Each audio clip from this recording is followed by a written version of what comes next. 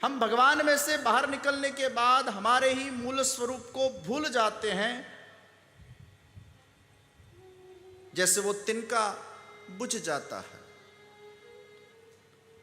आनंद के ही हम अंश है, आनंद रूपी कृष्ण हमारे अंतर्यामी है, लेकिन उनका अनुभव नहीं हो पाता है, क्योंकि सद का अंश हम में है, चिद का अंश हम में है, लेकिन आनंद का तिरोभाव हो चुका है।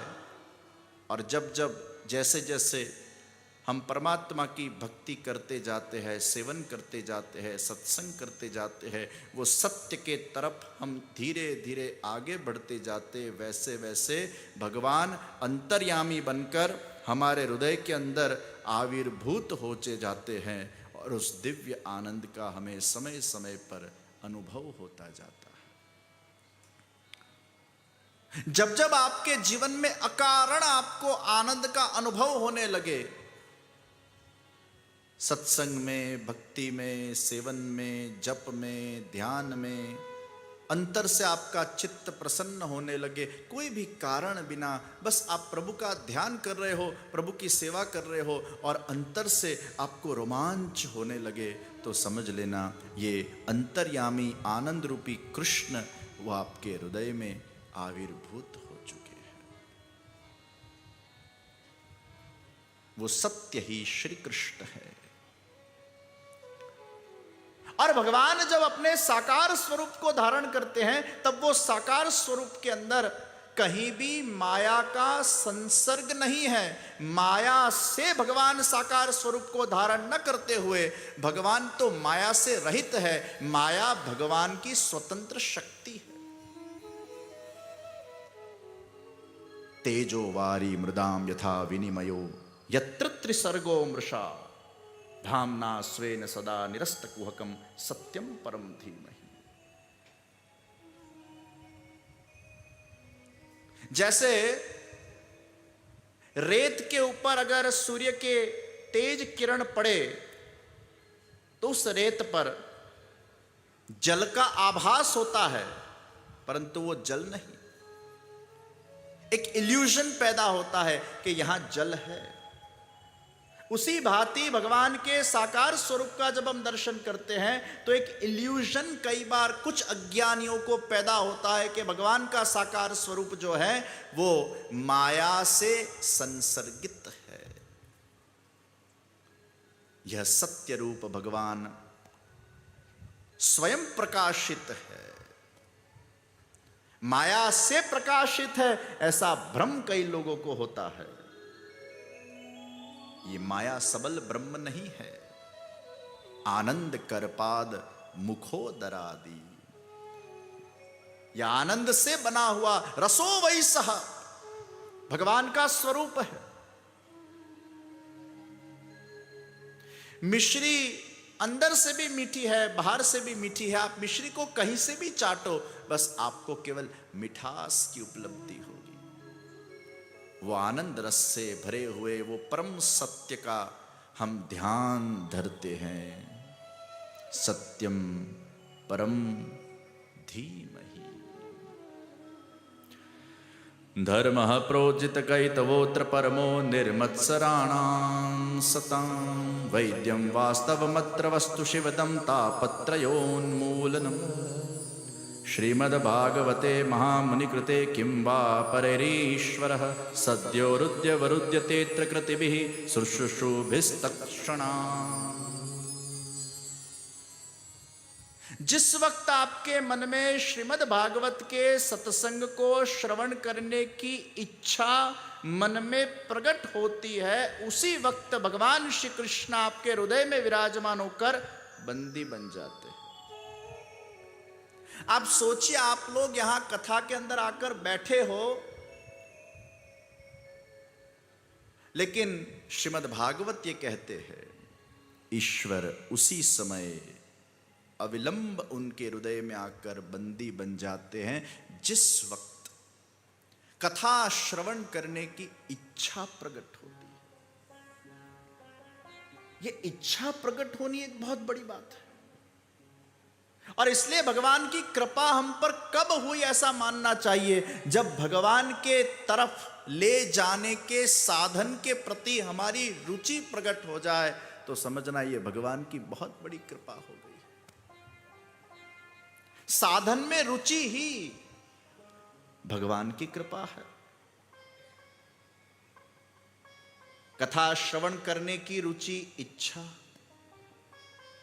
और आप लोग दूर दूर से यहां आए हो, कितने लोग टीवी के ऊपर ये कथा का श्रवण कर रहे हैं, बस आपके अंदर ये इच्छा प्रकट होनी है। कई बार ऐसा होता है कि कुछ लोग दड़ुक परिवार ने या गजरा परिवार ने या खिमाणी परिवार या सोनपाल परिवार या कोई भी परिवार जो भी यहाँ यजमान बने हैं, सुदानी परिवार, ये सब परिवार जो जुड़े हुए हैं, तो उन लोगों ने भी बहुत सारे लोगों को आमंत्रित किया होता है। तो उनके लिए भी कुछ लोग आते हैं, हम यजमान बने हैं तो आपको तो खास पधारना ही है। और फिर वो लोग आते हैं, फिर 5 मिनट भी बैठकर वो जा सकते हैं, मुंह दिखाकर, व्यवहार થઈ ગયો,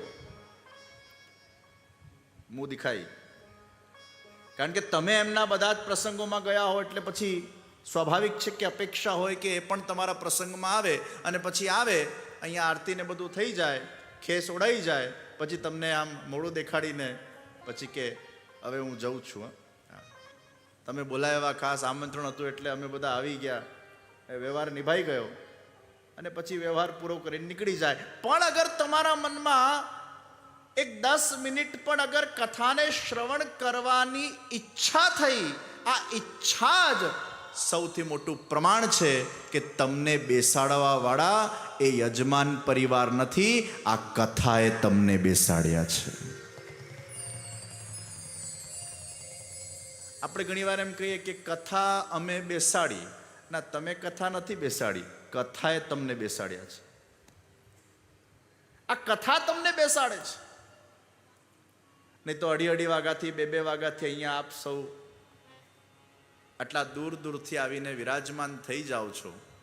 ઘેર જરા બેસી જુઓ ને 4 કલાક સોફા પર બેસાય? ઘરે તમે 3 કે 4 કલાક સોફા પર એમને બેઠા રહો, ન બેસી શકાય, પણ કથાના એ રસના અંદર આપણે એટલા ભાવ વિભોર થઈ જઈએ કે આ કથામાં આપણે બેસીએ છીએ। આપણે કથા નથી બેસાડી, યજમાને કથા નથી બેસાડી, કોઈ સંસ્થાએ કથા નથી બેસાડી, આ કથા બેસાડનાર તો સાક્ષાત ભગવાન શ્રી કૃષ્ણ છે। અને એ જ્યારે તમારામાં બેસે ને ત્યારે જ તમે અહીંયા સોફા પર કે અહીંયા કથા મંડપમાં બેસી શકો, નહીં તો બેસવું શક્ય જ નથી। इसलिए आप जो लोग यहां बैठे हो, भाव से बैठे हो, जितना समय आप बैठे हो, एक चीज आप ध्यान से रखना, आप अकेले नहीं बैठे, आप में कृष्ण भी बैठे हैं। और ये भागवत कहते हैं श्री कृष्ण बैठे हैं। અને તો જ ખાધા પીધા વગર આ કઈ થોડું પેલું થિયેટર છે કે પોપકોર્ન લઈને અવાય અને બીજી ત્રીજી વસ્તુ લઈને અવાય ને વચ્ચે પાછું ઇન્ટરવલ પડે ને વળી પાછું કંઈક બહાર ખાઈને આવીએ। આ સિક્યોરિટી વાળા પણ અહીંયા જો ને 3 કલાક ઊભા જ રહે છે, આમનામાંય ભગવાન આવી જાય છે, આ વિડીયોગ્રાફરોમાંય भगवान આવી જાય છે, આ ફોટાવાળામાંય भगवान આવી જાય, हमारा संगीत वाड़ा बद्दामा सब जगह जो भी ये कथा मंडप के अंदर बैठे हैं या बाहर भी बड़ी एलईडी स्क्रीन लगी हुई है, चलते फिरते भी 2 कान में शब्द पड़ जाए और अगर 2 मिनट खड़े रहकर उनको कथा श्रवण करने की अगर बाहर भी व्हीकल पे बैठे बैठे भी इच्छा हो गई तो उस व्हीकल पे भी कृष्ण भगवान पधार जाएंगे, उसके हृदय में विराजमान हो जाएंगे। ये कथा का प्रताप है। આ કથાએ આપણને બેસાડ્યા છે। तो श्रीमद् भागवत कहते हैं जिस वक्त कथा श्रवण करने की इच्छा, कृष्ण बंदी बन जाते हैं, आकर विराजमान हो जाते हैं। અને એટલે હું ઘણી વાર કહેતો હોઉં કે જનતા જેને ઇલેક્ટ કરે એ સંસદમાં જઈને બેસે, અને ભગવાન જેને સિલેક્ટ કરે એ સત્સંગમાં આવીને બેસે।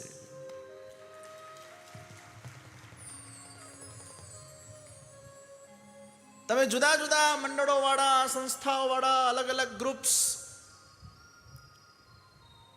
અહીંયા ઉપસ્થિત થયા છો, આ ભગવાને તમારું વરણ કર્યું છે. તમે અહીં સુધી પહોંચ્યા એ જ બહુ મોટી વાત છે. અને પહોંચીને 10 મિનિટ પણ બેઠા ને એ મોટી વાત છે. અને મેં એવા ઘણા બધા લોકો જોયા છે અત્યાર સુધીની કથાઓના અંદર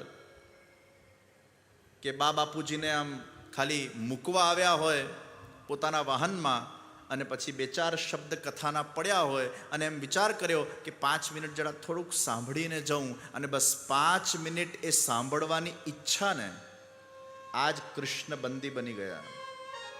5 મિનિટ બેઠો અને પછી તો એને એના ધંધામાં જવાનું બંધ કરી નાખ્યું, ઓફિસે જવાનું બંધ, દુકાને જવાનું બંધ, એના જોબમાં રજા મૂકી દીધી અને બસ 5 મિનિટ બેઠા એમાં કૃષ્ણ પધારી ગયા અને 7 દિવસની કથાને શ્રવણ કરી હોય એવા અનેક દાખલાઓ આપણા સામે જીવંત છે. આવ્યા હોય ખાલી મોઢું દેખાડવા માટે, આવ્યા હોય ખાલી વ્યવહાર પક્ષના માટે, આવ્યા હોય કેવલ માત્ર કોઈકને સારું લગાડવા માટે, પણ એ કથાના માધ્યમથી કૃષ્ણ એના હૃદયમાં એવા બેસી જાય છે કે પછી એને ઉઠવાનું મન નથી થતું. ये कृष्ण कथा का प्रताप है.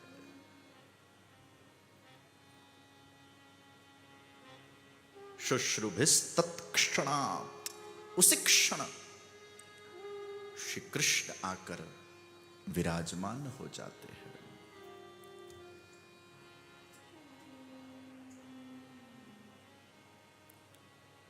यम प्रव्रजन्तम अनुपेतमपेत कृत्यम द्वैपायनो विरह कातर आजुहाव पुत्रेति तन्मयतया तरवोभिनेदुस्तं सर्वभूत हृदयं मुनिमानतोस्मि. यम प्रव्रजन्तम अनुपेतमपेत कृत्यम. सुखदेव जी महाराज को वंदन करते हुए पिता पीछे पीछे दौड़ रहे हैं, और जब पिता सुखदेव जी के पीछे पीछे दौड़ रहे हैं, क्योंकि परम वैरागी परम हंस सुखदेव जी जिनको माया ही लगी नहीं है, माया का उनको सर्ग ही नहीं हुआ, और दौड़ रहे हैं.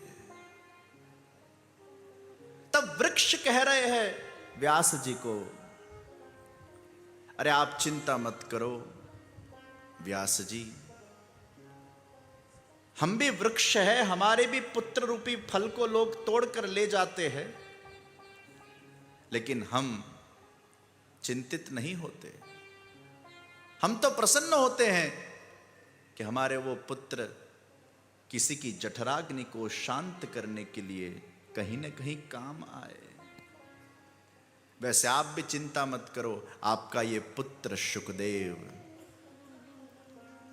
ज्ञान के माध्यम से अनेकों की मन में पैदा हुए संतापों को, ताप को, संशयों को दूर करने के लिए फलरूप होंगे. शुकदेव जी महाराज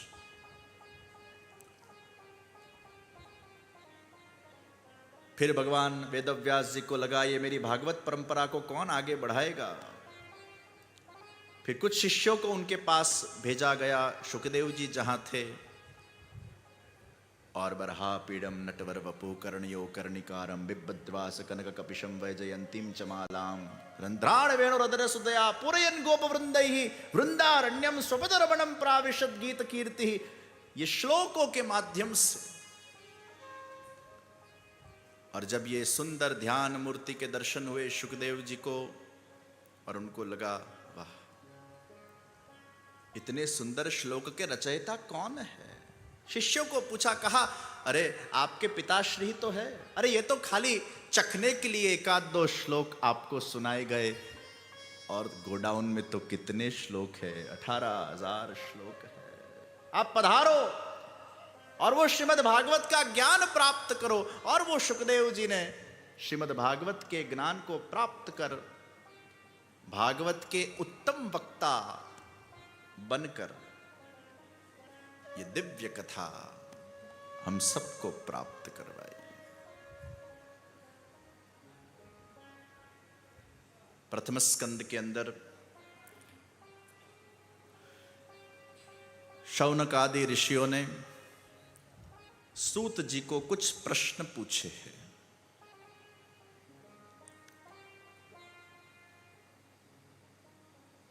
पहलो प्रश्न, મનુષ્યનું કલ્યાણ શેમાં છે? ઘણીવાર આપણને પણ આ પ્રશ્ન થવો જોઈએ, મારું કલ્યાણ શેમાં છે? હું આ જગતમાં કેમ આવ્યો? શા માટે આવ્યો? मेरा लक्ष्य क्या है? ईश्वर ने क्या करने के लिए मुझे भेजा है? क्यों आया या क्यों आए? प्रश्न पूछो। मनुष्य देह की जो हमें प्राप्ति हुई है, ये अनमोल देह है, जिसके माध्यम से हम हमारा आत्म कल्याण कर सकते हैं।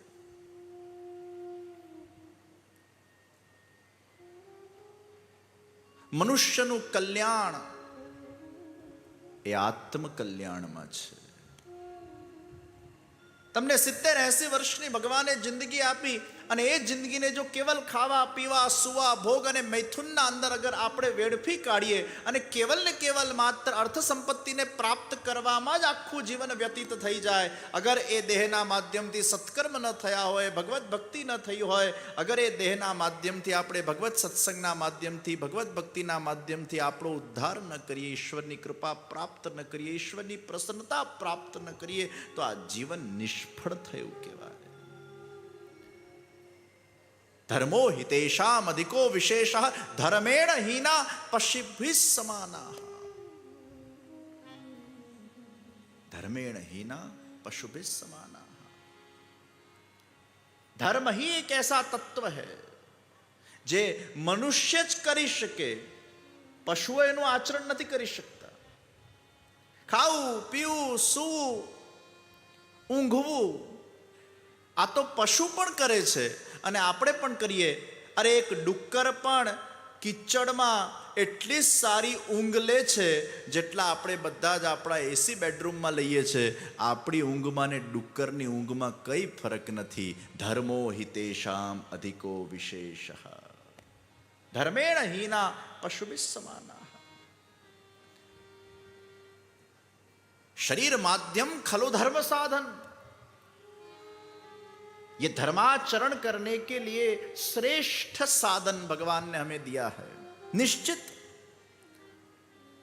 गाड़ी पेट्रोल वगर न चाले एम આપણું આ શરીર પણ અર્થ વગર ન ચાલે, ભોજન વગર ન ચાલે, જલ વગર ન ચાલે, રોટી કપડા મકાન વગર ન ચાલે. એને જોઈએ.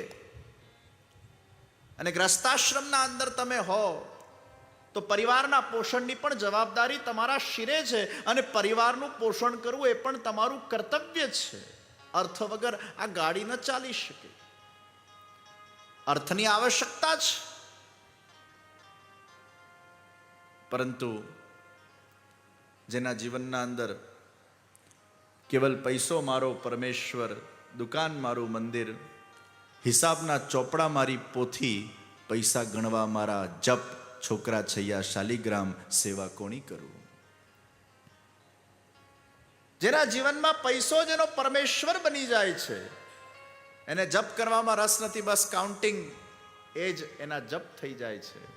સતત એનું ચિત્ત કેવલ માત્ર એ પૈસાના કાઉન્ટિંગમાં, બેંક બેલેન્સ ચેક કરવામાં, સતત એના જીવનમાં કેવલ માત્ર પૈસો પૈસો પૈસો ને પૈસો જ દેખાયા કરે અને પરમેશ્વરને એ ભૂલી જાય, એ સત્યથી એ દૂર થઈ જાય અને એમને એમ આખી જિંદગી એશો આરામમાં, ભોગ વિલાસમાં કેવલ એ કાઢી નાખે.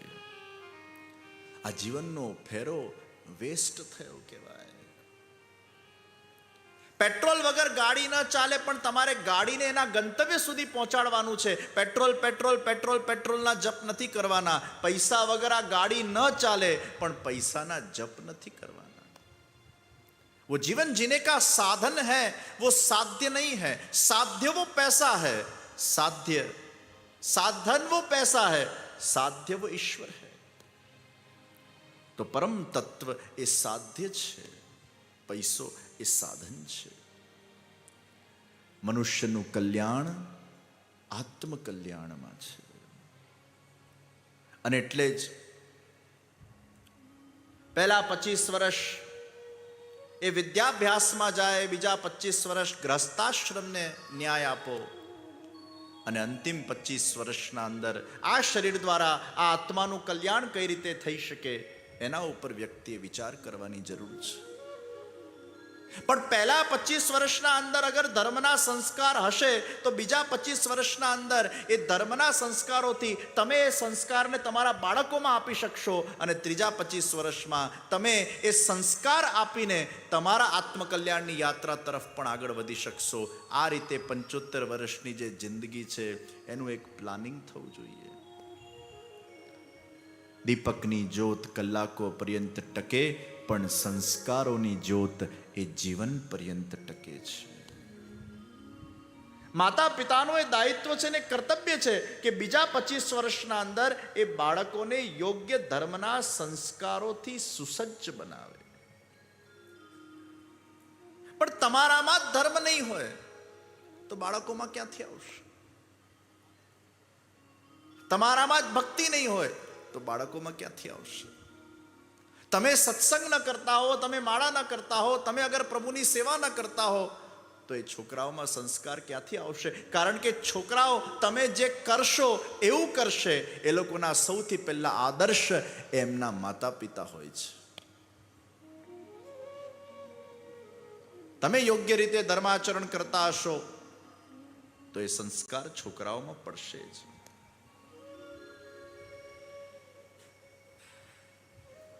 तो आत्मकल्याण करने का श्रेष्ठ ग्रंथ ये भागवत है. ये श्रीमद् भागवत से भक्ति ज्ञान वैराग प्रकट होते हैं, जिससे व्यक्ति अपने जीवन का कल्याण कर सकता है, उसके मृत्यु को सुधार सकता है. बीजो प्रश्न, मनुष्यनो परम धर्म कयो?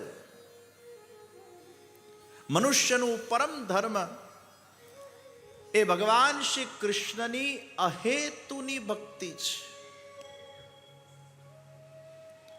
હેતુ વગર, કારણ વગર, સકામ ભાવના વગર, કેવલ માત્ર નિષ્કામ ભાવે ભગવાનની સેવા કરવી, આ અહેતુની ભક્તિ. અહીંયા સુરતના અંદર તો એવા ઘણા બધા વૈષ્ણવો છે જે 2 ટાઈમ સેવા કરે છે. ખૂબ ભાવથી ઠાકોરજીને લાડ લડાવે છે, ખૂબ સુંદર ઠાકોરજીના શૃંગાર કરે, અને એમના ઘરે જ્યારે ઠાકોરજી બિરાજતા હોય એમના રૂમમાં આપણે જઈએ અને એટલું સુંદર ઠાકોરજીનો રૂમ બનાવેલો હોય. એ રૂમમાં એ રાજાધિરાજ એ પ્રભુ વિરાજમાન થઈને ઋતુ અનુસાર રાગ ભોગ અને શૃંગારના ક્રમને એટલા સુંદર રીતે સેવાઈને એ ભક્તોના મનોરથોને પૂર્ણ કરતા હોય છે. એમના રૂમમાં જઈએ ત્યારે આમ લાગે પ્રભુ અહીંયા સાક્ષાત બિરાજે છે. એ પ્રસાદને જ્યારે આપણે ગ્રહણ કરીએ ત્યારે આપણને એવો ભાવ થાય કે પ્રભુ આને આરોગ્યા છે. કારણ કે ભક્તિમાં કોઈ સ્વાર્થ નથી.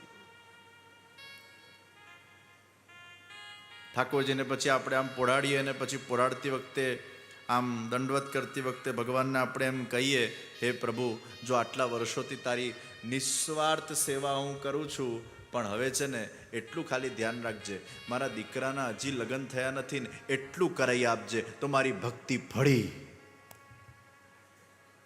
આ દૂધમાં લીંબુ રેડ્યું, આટલું સરસ દૂધ હતું, એમાં લીંબુ રેડીને દૂધને ફાડી કાઢ્યું.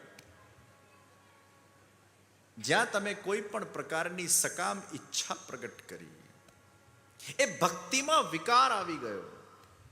અને એટલે જ આપણો પરમ ધર્મ એ છે કે નિષ્કામ અહેતુની ભક્તિ આપણે સિદ્ધ કરીએ. ઈશ્વર પાસે કોઈ માંગણી કરવાની નથી. प्रार्थिते वा ततः किं स्यात् स्वाम्यभिप्राय संशयाम्। प्रभु के पास जाकर कुछ प्रार्थना नहीं करना है, बस देना भक्ति है। લેના ભક્તિ નહીં. પ્રેમ એ આપતા જાણે છે, પ્રેમ એ લેતા નથી જાણતું. પ્રેમનો સ્વભાવ જ આપવાનો છે. પર માટે ગુણરહિતમ કામનારહિતમ અવિચ્છિન્નમ સૂક્ષ્મતરમ અનુભવ રૂપમ પ્રેમ. જે ગુણરહિત છે, કામના રહિત છે, અવિચ્છિન્નમ, એના ભાગલા ન પાડી શકાય, પ્યોર 24 કેરેટ ગોલ્ડ જ્યાં બિરાજમાન છે એને પ્રેમ કહેવાય. અને આ 24 કેરેટ ગોલ્ડ રૂપી પ્રેમ આખા વિશ્વમાં કેવલ બેના હૃદયમાં પ્રગટ થાય છે. એક માના હૃદયમાં પોતાના બાળક માટે આ 24 કેરેટ પ્યોર પ્રેમ પ્રગટ થાય છે. એ બાળક પાસે કોઈ અપેક્ષા રાખતી નથી. બસ એ માં કેવલ માત્ર એ બાળકનું હિત શેમાં થાય.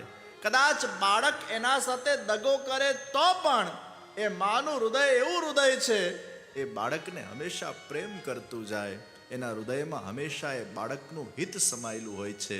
આ 24 કેરેટનું પ્યોર લવ અગર હ્યુમન્સમાં, મનુષ્યમાં ક્યાંક વિદ્યમાન હોય, એમના બાળક માટે વિદ્યમાન. એ પણ પાછું માના હૃદયમાં જ. એ 24 કેરેટ પ્રેમ હજી બાપ પણ કરી શકતો નથી પોતાના સંતાનને, એ માં કરી શકે છે.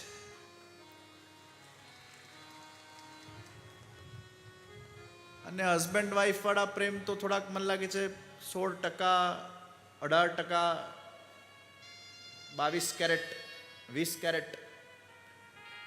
આ 24 કેરેટ જો ગોલ્ડ રૂપી પ્રેમ અગર હસબન્ડ વાઈફમાં પેદા થઈ જાય તો ભાઈ ઝઘડા થાય જ નહીં. કારણ કે કોઈ એક્સપેક્ટેશન જ નથી, કોઈ આશા જ નથી. બસ કેવલ એકબીજા માટે ઘસાવાનું જ છે. આ 24 કેરેટ ગોલ્ડ પ્રેમ જેમાં કોઈ માંગણી નથી, બસ કેવલ देना है, देना है, देना है. मैं सामने वाले को सुखी कैसे करूं और उसकी हाँ में हाँ भरूं, उसकी प्रसन्नता में मेरी प्रसन्नता, वो राजी तो मैं राजी. ये भाव जब हमारे अंदर शुद्ध रूप से प्रकट हो जाता है, उसे हम अहेतु की भक्ति कहते हैं, निष्काम भक्ति कहते हैं. और इसलिए पुष्टि मार्ग के नींव में, प्रभु भक्ति के नींव में कौन सा सिद्धांत दिया गया? तत्सुख भावना का सिद्धांत दिया गया. मेरे ठाकुर जी के सुखार्थ में सेवा करूं, स्व सुखार्थ सेवा न करूं, मेरे खुद के लिए सेवा न करूं. मेवा मड़े के न मड़े, मारे सेवा तारी करवी छे. ये अहेतु की भक्ति हम प्रभु के लिए साकार करते हैं.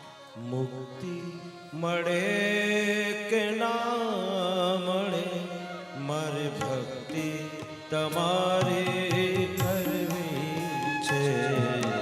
मुक्ति मड़े के ना मड़े, मारे भक्ति तमारी करवी छे. ओ मेवा मड़े के ना मड़े, मारे सेवा तमारी करवी छे.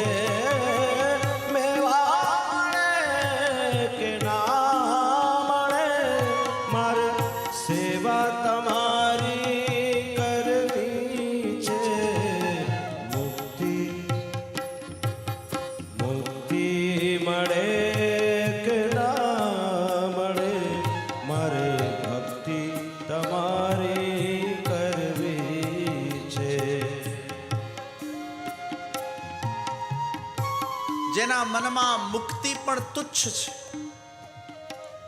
અને એટલે જ ભક્તો મુક્તિ ન માંગે, ભક્તો તો જન્મે जन्म भक्ति मांगे. हे प्रभु, अगर आप मुझे जन्म भी देना चाहते हो तो आपकी भक्ति मुझे देना, वो निष्काम भक्ति मुझे देना. और मृत्यु के बाद आपके धाम में, आपकी लीला में, आपकी कुंज में, आपकी निकुंज में कहीं वो मुझे सेवा प्राप्त हो जाए. निष्काम भक्ति बस प्रभुने प्रसन्न करवा છે, પ્રભુના ગુણગાન ગાવા છે, પ્રભુનું સંકીર્તન કરવું છે, પ્રભુ સાથે જોડાવું છે. એ અગ્નિમાંથી તણખડાઓ બહાર નીકળ્યા છે, પોતાના સ્વરૂપને ભૂલી ગયા છે. એ પોતાના સ્વરૂપને પુનઃ તાજા કરવા માટે, પોતાના ઓરિજિન તરફ જવા માટે, પરમાત્મા સાથે સંબંધ જે આપણો બંધાયેલો હતો, જે વિખૂટો પડ્યો, બ્રહ્મ સંબંધના માધ્યમથી પુનઃ સંબંધ આપણું જોડાય છે.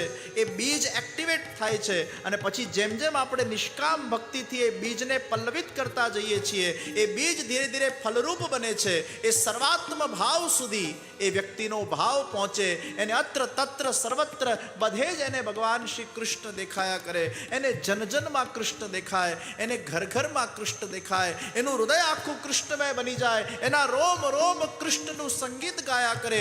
એનું જીવન આખું કૃષ્ણમય બની જાય. પોતાના જીવનને ઓતપ્રોત બનાવવા માટે શ્રી કૃષ્ણથી, એ પરમાનંદથી આપણે નિષ્કામ ભક્તિ કરીએ છીએ. અને નિષ્કામ ભક્તિ દ્વારા કેવલ ને કેવલ પ્રભુને રીઝવવાનો આપણો ભાવ હોય છે. બીજો કોઈ ભાવ આપણા મનમાં શેષ રહેતો નથી. હોય આવે જીવનમાં તડકાન છાયા, સુખ દુઃખ ના પડતા પડછાયા. આવે જીવનમાં તડકાન છાયા, સુખ દુઃખ ના પડતા પડછાયા. આકાયા રહે કે ના રહે, મારે માયા તમારી કરવી છે. મુક્તિ મળે કે ના મળે, મારે ભક્તિ તમારી કરવી છે. ઓ મેવાડે કે ના મળે. निष्काम भक्ति से प्रभु प्रसन्न होते हैं. अहेतु की भक्ति, और जब हम अहेतु की भक्ति से हमारा हृदय जब भर जाता है, तब कृष्ण की हमें अंतर हृदय के अंदर अनुभूति होने लगती है. और ये तत्सुख का विचार, मैं प्रभु के सुख के लिए जीऊं, ये भाव ही बहुत महत्व का है. જેમ જેમ ઠાકોરજીમાં આપણી એ અહેતુની ભક્તિ સિદ્ધ થતી જશે, તેમ તેમ તમારા જીવનના અંદર આનંદ વ્યાપ્ત થતો જશે. 24 કલાક તમારા ચિત્તમાં એ શ્રી કૃષ્ણનું સંબંધ, એ કૃષ્ણના સ્વરૂપનું ધ્યાન, શ્રી કૃષ્ણની ભક્તિ. પછી તમે વ્યાપાર કરવા પણ જશો તો ભલે વ્યાપાર કરો છો, પણ તમારા મનમાં કૃષ્ણ બિરાજે છે. આ વ્યાપાર પણ હું દાસ બનીને કરું છું, કૃષ્ણનો બનીને કરું છું. આ મારું પરિવાર પણ કૃષ્ણનું પરિવાર છે, હું પણ કૃષ્ણનો, મારું પરિવાર પણ કૃષ્ણનું. આ બધા જ શ્રી કૃષ્ણના છે. પરિવારનું પોષણ કરવું પણ એ કૃષ્ણ સેવા બની જશે. જ્યારે તમારા મનમાં એ ભાવ છે કે આ પરિવારજનો બધા જ મારા શ્રી કૃષ્ણના છે અને શ્રી કૃષ્ણ સેવા માટે છે.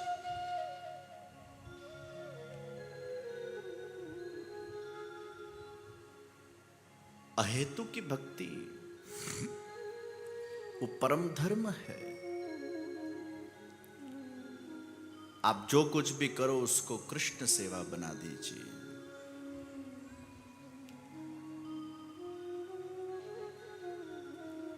सूतजीने આ બધા પ્રશ્ન પૂછાયા અને એ પ્રશ્નોના ઉત્તરો આપવામાં આવ્યા. કેટલા અવતારો થયા? તો 24 અવતાર થયા. વગેરે વગેરે પ્રશ્નોનું સમાધાન કરવામાં આવ્યું છે.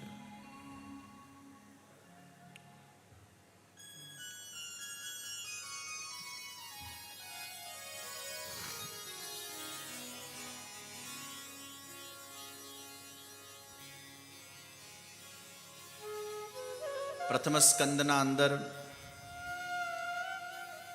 પરીક્ષિત જન્મની કથા,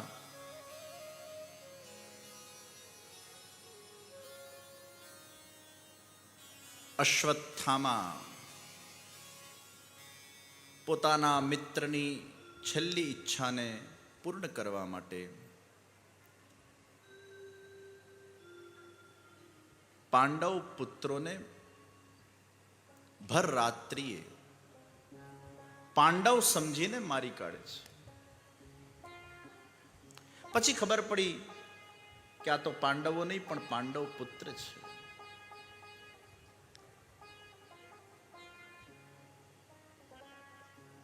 બીજા દિવસે પાંડવોના શિબિરમાં અત્યંત શોક છે. અર્જુન અશ્વત્થામાને પકડીને લાવ્યો.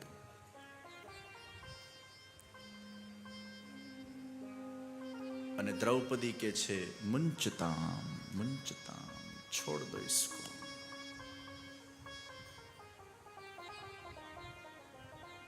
ભીમ આદિ કહેવા લાગ્યા આને મારી કાઢો, આ બહુ મોટો અપરાધ કર્યો છે. દ્રૌપદી કે છે ગમે તે છે, ગુરુપુત્ર છે અને બ્રાહ્મણ છે, અને જે મારા પર વીતી છે હું નથી ઈચ્છતી કે એ ગુરુ પત્ની પર વીતે. 5 પુત્રોનો હત્યારો અશ્વત્થામા, છતાંય દ્રૌપદી એને માફ કરે છે, એને છોડી દેવાનું કે છે. મુંચતા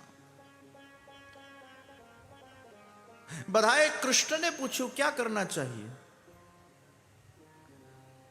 શ્રી કૃષ્ણ કહે છે બ્રાહ્મણને મરાય નહીં,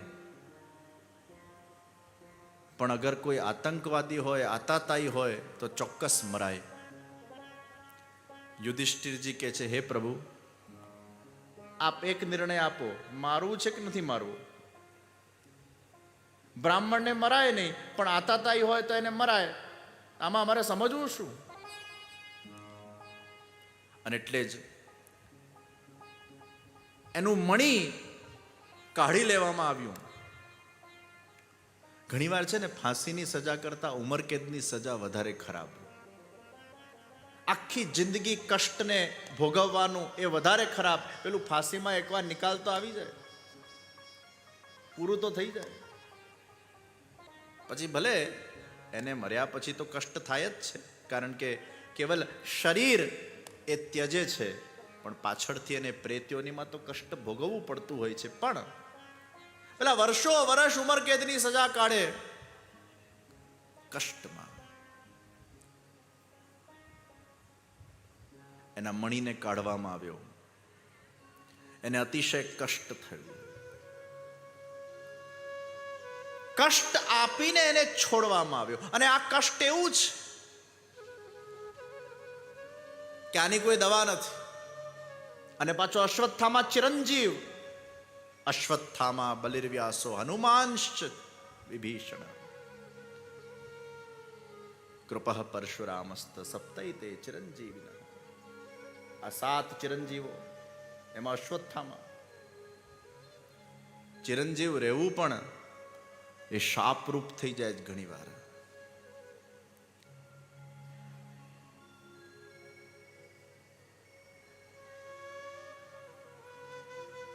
ખોટા લોકો પર દયા ન કરાય. અશ્વત્થામાએ પાછો ઉથલો માર્યો. એના મનમાં ખરાબ વૃત્તિ જાગી કે આ પાંડવોનો વંશ જે ઉત્તરાના ગર્ભના અંદર છે એને હું મારી કાઢું. બ્રહ્માસ્ત્રનો પ્રયોગ કર્યો અને ઉત્તરાને બળતરા થવા લાગી. ભગવાન શ્રી કૃષ્ણના આશ્રયમાં એનું ચિત્ત ગયું. પાહી પાહી મહાયોગિન દેવદેવ જગતપતે, નાન્યમ ત્વદભયમ પશ્ય યત્ર મૃત્યુ પરસ્પરમ. हे देवादिदेव, हे श्री कृष्ण, हे महायोगी, आप मेरी रक्षा कीजिए. आपके अतिरिक्त मुझे और किसी पर भरोसा नहीं है. पाही पाही, इमरजेंसी, प्रभु पधारो. और भगवान स्वयं उत्तरा के गर्भ के अंदर पधारे ये उत्तरा का भाग्य देखिए कि उत्तरा के गर्भ में भक्त परीक्षित है और भगवान स्वयं पधारे। भगवान और भक्त जिसके गर्भ में पधारे एक साथ पधारे, ये उत्तरा है। और ब्रह्मास्त्र से भगवान ने परीक्षित का रक्षण किया है। ગર્ભના અંદર જ ભગવાને પરીક્ષિતને ભાગવતના સંસ્કારો આપી દીધા છે અને એટલે જ ભાગવતજીના પરમ શ્રોતા, શ્રેષ્ઠ શ્રોતા એ પરીક્ષિત કેમ છે? કારણ કે ગર્ભમાં જ પરીક્ષિતને ભગવાન શ્રી કૃષ્ણે સંસ્કાર આપી દીધા છે। प्रभु ने परीक्षित की रक्षा की। कुंती जी हमेशा माटे प्रभुना ऋणी रह्या छे। महाभारतना युद्धना अंदर ठेक ठेकाणे भगवान श्री कृष्णे पांडवोનું रक्षण કર્યું છે અને कुंतीजी अभिभूत થઈ ગયા છે। हे प्रभु, आपने हमेशा हम पर उपकार किए हैं और आपकी कृपा से ही महाभारत के युद्ध में पांडवों का बाल बाका न हुआ। नो कैजुअलिटी, एक पण पांडवों मृत्यु न थयुं। कर्ण ए सामा पक्षे हता पण 5 पांडवों ની ભગવાને રક્ષા કરી છે। જે ધર્મના પક્ષના કુંતી પુત્રો હતા એ સર્વ કુંતી પુત્રોની ભગવાને રક્ષા કરી। પણ એમ નથી, કોઈક વાર ભગવાન રક્ષા કરે પણ અને કોઈક વાર ભગવદ લીલાના તહેત ભગવાન રક્ષા ન પણ કરે। પાંડવોની ભગવાને રક્ષા કરી, પાંડવ પુત્રોની ભગવાને રક્ષા ન કરી। અભિમન્યુની ભગવાને રક્ષા ન કરી। એ અભિમન્યુને અધર્મથી મારવામાં આવ્યો। ઘટોત્કચની ભગવાને રક્ષા ન કરી પણ પાછા પરીક્ષિતની ભગવાને રક્ષા કરી। कभी भगवान रक्षा करते भी है, कभी नहीं भी करते। ये सब ईश्वर की लीला है। ईश्वर को जिस वक्त जैसा जो ठीक लगता है वो प्रभु करते हैं, लेकिन हमें हमेशा प्रभु पर यही विश्वास और यही विवेक रखना है, प्रभु जो करेंगे वो हमारे हित के लिए करेंगे। कोईनी रक्षा करीने एनो उद्धार करवू घणीवार एम भगवान इच्छे अने कोईक वार कोईकने मृत्यु आपीने एनो उद्धार करवो तो भगवान एम इच्छे। ईश्वर का लक्ष्य है कि इसका उद्धार करना, फिर वो कौन से स्वरूप से करते हैं। कई बार हमें कष्ट देकर भी भगवान हमारा उद्धार करते हैं। जन्म जन्मना अपना पापो भोगवाई जाए छे। एक 80 वर्षना माजी खाटले हता, 5-5, 7-7 वर्ष खाटले रह्या, રીબાતા હતા, હેરાન થતા હતા। એમના ઘરના દીકરા દીકરીઓ પૂછવા લાગ્યા, આખી જિંદગી એને ભગવાનની ભક્તિ કરી, ભગવાન કેમ આટલું એને રીબાવે છે? ત્યારે એને મનમાં થયું માજીને કે દીકરા દીકરીઓને હું સમજાવું, અરે આ રીબાવું પણ મારા માટે ભગવાનની કૃપા છે। હવે ભગવાન મને કદાચ પાછું જન્મ આપવા નથી માંગતા અને પાછું જન્મ આપવા નથી માંગતા ને એટલે ભગવાન મને થોડો કષ્ટ આપી રહ્યા છે। ભગવાન એમ વિચાર કરે, અરે માજી 5 વર્ષ થોડુંક ભોગવી લે, વળી પાછો તને 80 વર્ષનો ક્યાં ફેરો આપવો? એના કરતા 5 વર્ષ થોડું કષ્ટ સહન કરી લે। આ કષ્ટ એ તારા માટે સારું છે, આ પણ મારી કૃપા છે। એટલે જ ભગવદીય જનો ભક્તો એક કષ્ટમાં પણ ભગવાનની કૃપાનું દર્શન કરે છે, કારણ કે એમને પ્રભુમાં પૂર્ણ વિશ્વાસ છે કે ભગવાન હોમિયોપેથીની गोड़ी આપીને પણ કૃપા કરશે, તો કોઈક વાર એલોપેથીની गोड़ी આપીને પણ કૃપા કરશે, તો કોઈ વાર સર્જરી કરીને પણ કૃપા કરશે। मैं अगर प्रभु का भक्त हूं तो येन केन प्रकारेण कृपा करना वो मेरे प्रभु का धर्म है। वीर्य विशेषो कृपा धर्म, अपने निज जनों का रक्षण करना वो प्रभु का कर्तव्य है, वो प्रभु का धर्म है। लेकिन वो रक्षण करने की पद्धति अलग अलग हो सकती है।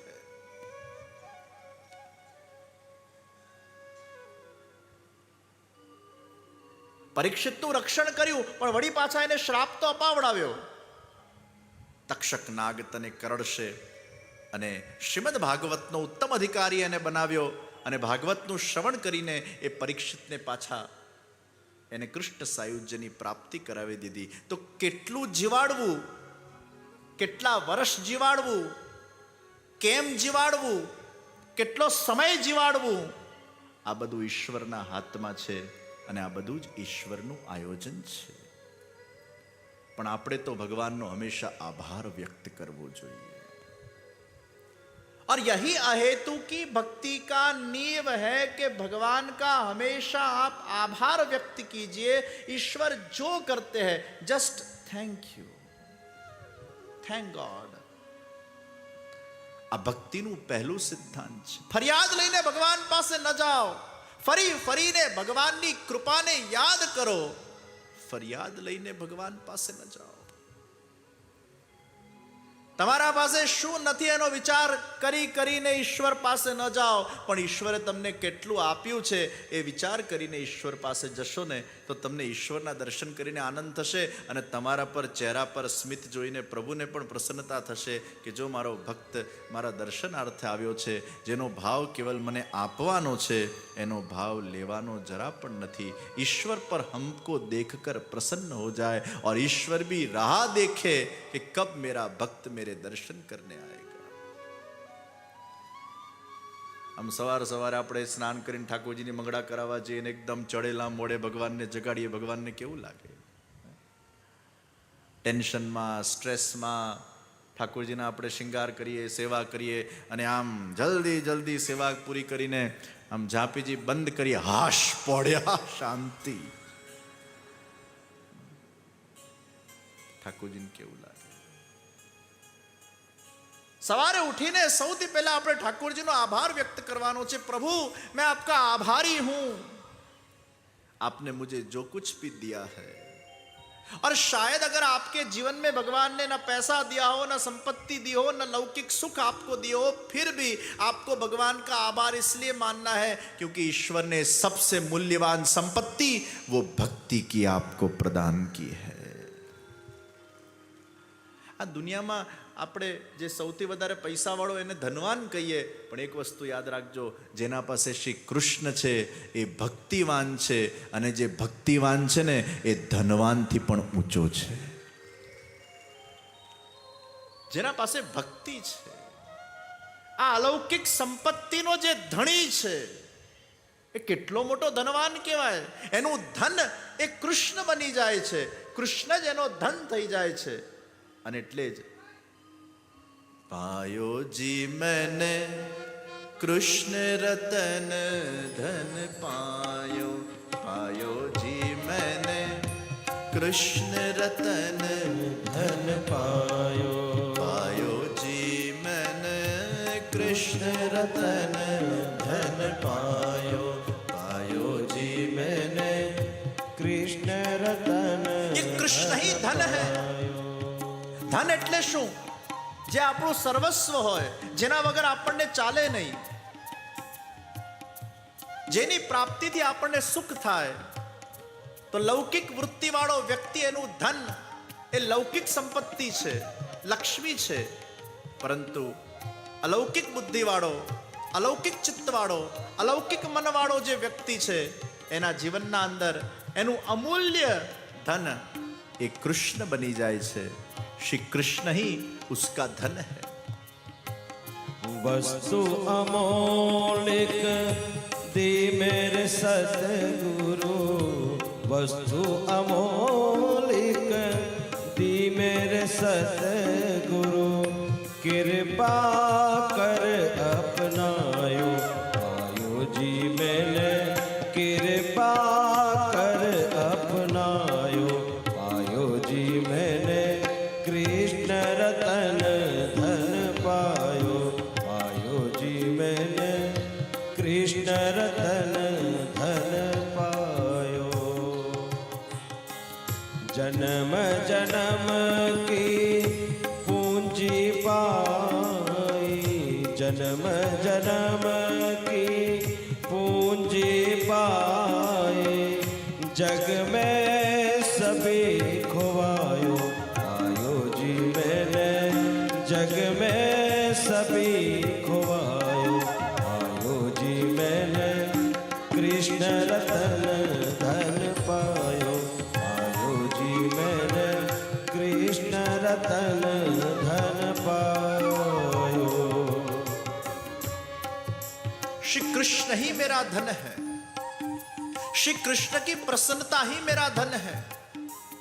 आप कुछ भी करो श्री कृष्ण की प्रसन्नता के लिए करो, उनके आभार अभिव्यक्त करने के लिए करो, फिर आपको एक निजानंद प्राप्त होगा।